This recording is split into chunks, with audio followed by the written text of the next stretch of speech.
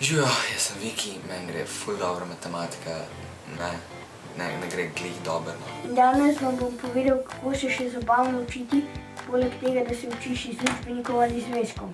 Med učenjem si pripravim izpiske, ki jih kasneje oblikujem v plakat.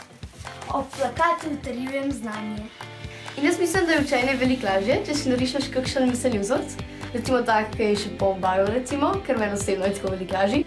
Med učenjem matematike pa za pomoč prosim tudi svojo starejšo sestro Laro. No, najlažje se mi je naučiti tako, da si na majhne lističe izpišem najpomembnejše podatke iz učbenika.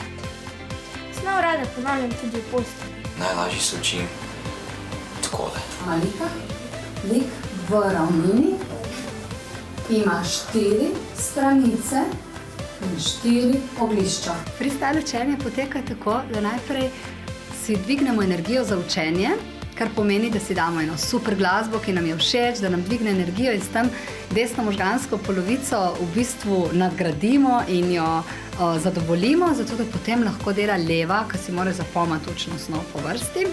In mi si učno snov zapomnimo z gibi. Sekalci so prvi zadnji, potem so kočniki, ki so v obliki koče. Všeč mi je pač, da se zmeraj zavrtim kakšno muziko, da se začnem učiti. Plesen se mi je pa lažje učiti. Bolj si zapomnim, bolj mi je zabavno. Na koncu se sprostim, ker tega v šoli ni, ko si tam na trdih stolah in se ne morem sprostiti. Upam, da bi učitelji tudi izvali bolj živahno energijo iz sebe. Kadar z Mojco plešem in se učim, mi je zraven tudi igra.